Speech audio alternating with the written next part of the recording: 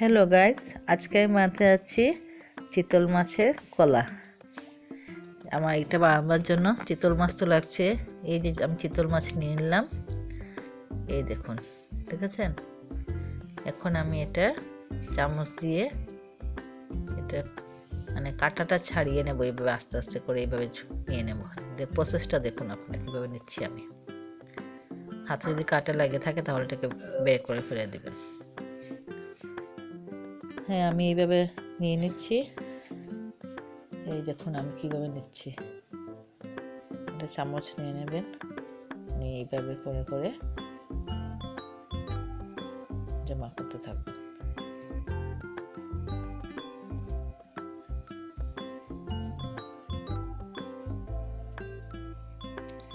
এবার চামচ দিয়ে কুড়িয়ে নেবেন মাছটাকে। ছালটা নিতে হবে না, শুধু মাছের যে সফট অংশটা ওইটাই আমরা নিতে হবে।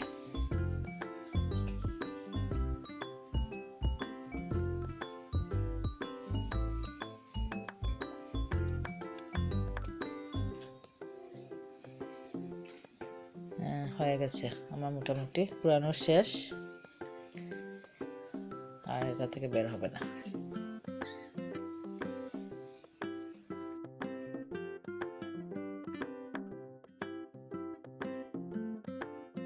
এই যে আমার মাছের ছালটা পুরো আলাদা হয়ে গেছে। আমি এগুলো নিয়ে নিলাম। এই সফট অংশটা নিয়েই আমার কলাটা তৈরি হবে। এই যে এখন আমি তার মধ্যে আমি কিছু জিনিস মিলাবো। প্রথমে আমি একটু হলুদ দিয়ে দিলাম, তারপরে আমি একটু লাল মরিচের গুঁড়ো দিয়ে দেব, সামান্য, বেশি দিতে হবে না, আধা চামচ দিয়ে কাপে। তার মধ্যে আমি স্বাদ অনুসারে একটু লবণ দেব, আর দেবো একটু সরষের তেল, আর মৌরি, পুরো আস্তা মৌরি যেগুলো পাওয়া যায় ওইগুলো মৌরি আস্তায় সামান্য দেবেন, বেশি না। লবণ দিয়ে দিলাম।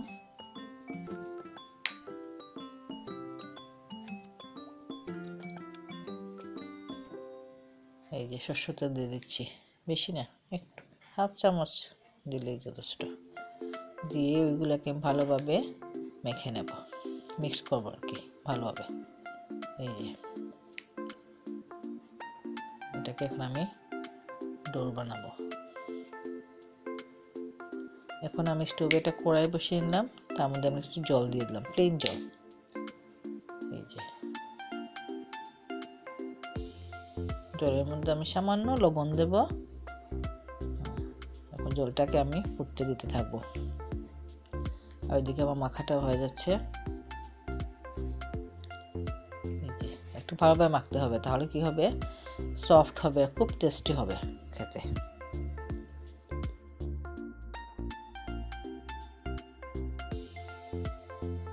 এখন আমি এগুলাকে শেপ দিয়ে দিচ্ছি। এই যে আমি একটু লম্বা লম্বা করে নিলাম, করে দেখুন এই আমার হাত দিয়ে দেখতে থাকুন আমি কীভাবে করছি।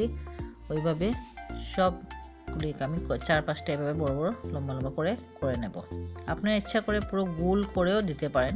তারপরে হয়তো আমরা এবার পনির যেভাবে কাটি এইভাবে টুকরো টুকরো করেও দিতে পারেন। আর আমি যেহেতু বলেছি কলা, তাহলে আমরা কলার মতোই আমি দেখাচ্ছি। তারপর এটা আমি একটু এখন ফুটন্ত জলে আমি একটু তেল দেব। এই যে দেখুন আপনি, ফুটন্ত তেলে একটু সরষের তেল দিয়ে দিলাম। আর এখন আমি ওই যে কলা যে বানিয়ে রেখেছি, যেটা মানে চিতল মাছের এটা, ওই দেখুন আমি এইভাবে দিয়ে দেব। এই যে জলের মধ্যে দিয়ে দেব।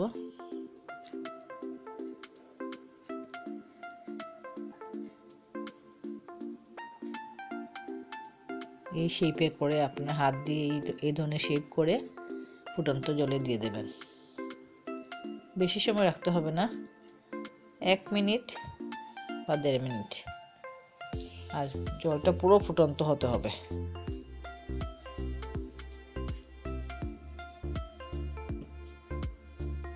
দেখুন এটা কালারও চেঞ্জ হয়ে যাচ্ছে।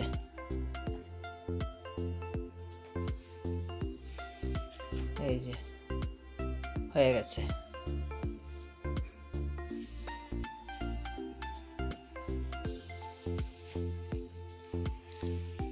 পুরো হয়ে গেছে আমার।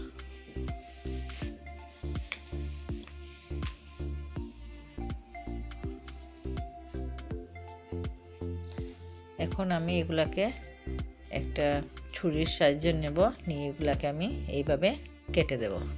এই যে দেখেছেন কীভাবে কাটছি, এইভাবে কেটে নেব এগুলোকে।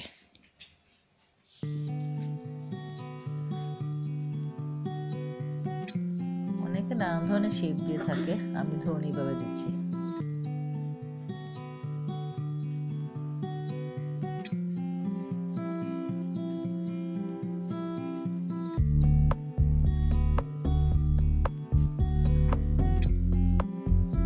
পুরো দেখুন, আমি আবার কড়াইটা বসিয়ে দিলাম। এখন এর মধ্যে একটু সরষের তেল দিয়ে দেব। তেল গরম হয়ে গেছে, এখন আমি কলার পিসগুলা ভালোভাবে ভেজে নেব।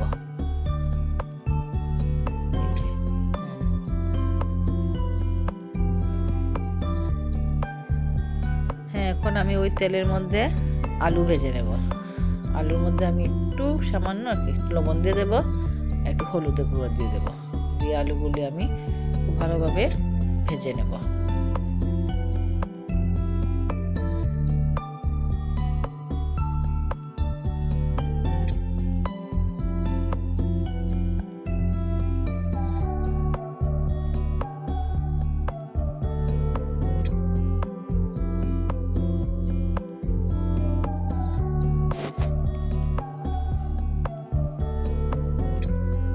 এখন আমি এখানে একটু দারচিনি দিয়ে দিলাম, আর দুটো তেজপাতা, আর আধা চামচ মৌরি দিয়ে দিলাম। তারপর ওইগুলোকে আমি একটু ভেজে নেব। এখন আমি এখানে পেঁয়াজ বাটা দিয়ে দিলাম। পেঁয়াজ বাটা বড় চামচে 1 চামচ দিলাম, আর আদা বাটা দিলাম 1/2 চামচ। দিয়ে এগুলোকে ভালোভাবে কষতে থাকবো। এখানে আমি দিয়ে দিলাম 1 চামচ হলুদের গুঁড়ো,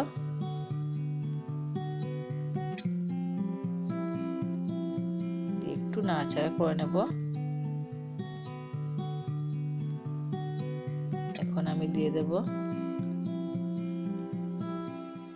লবণ, দিয়ে দিলাম। লবণটা আপনারা বুঝিয়ে দেবেন, যেহেতু আমি আলুতেও লবণ দিয়েছিলাম আর কলাতে তো লবণ দেওয়া আছেই, তার জন্য লবণের পরিমাণটা বুঝে দিতে হবে।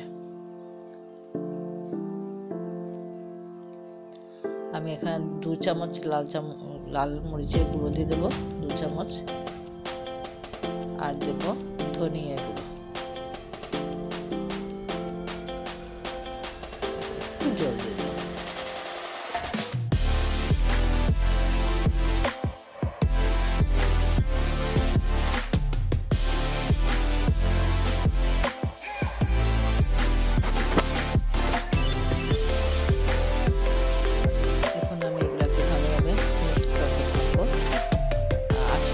কমই থাকবে, লো মিডিয়াম, হলে মশলাগুলো পুড়বে না। এইভাবে নাড়াতে থাকবো। সামান্য আবার একটু জল দিয়ে দিলাম, আবার আমি এগুলাকে ভাজতে থাকবো। এখন আমি আলুগুলা দিয়ে দিচ্ছি, যেগুলো আমি আলু ভেজে রেখেছিলাম সেগুলো আমি এখন দিয়ে দেবো।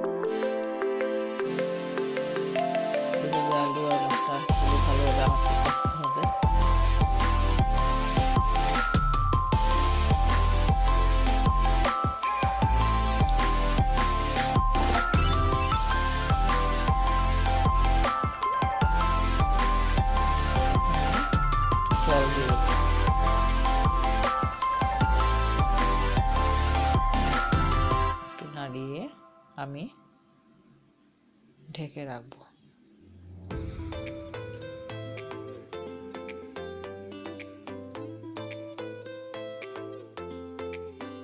এভাবে ঢেকে রাখবো, আলুগুলো সিদ্ধ হতে দেবো আমি।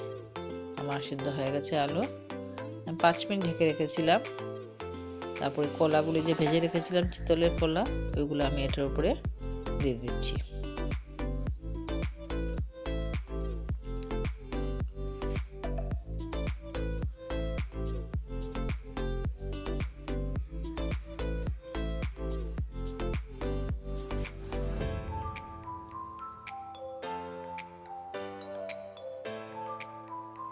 আবার কিছু সময় আমি এগুলোকে রেখে দেব। তারপর আমি 3-4টে কাঁচামরিচ দিয়ে দেবো, দিয়ে আমি একটু সময়ের জন্য ঢেকে রাখবো।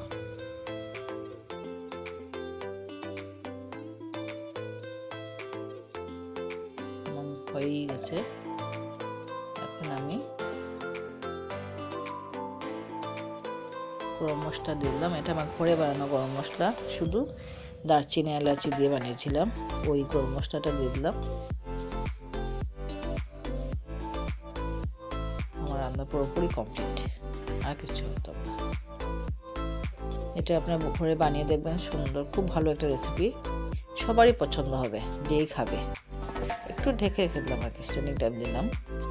আর এই রেসিপিটা আপনার গরম ভাতের সাথে খেয়ে দেখুন, পোলাওয়ের সাথে খেয়ে দেখুন, ফ্রাইড রাইসের সাথে খেয়ে দেখুন, খুব ভালো লাগবে।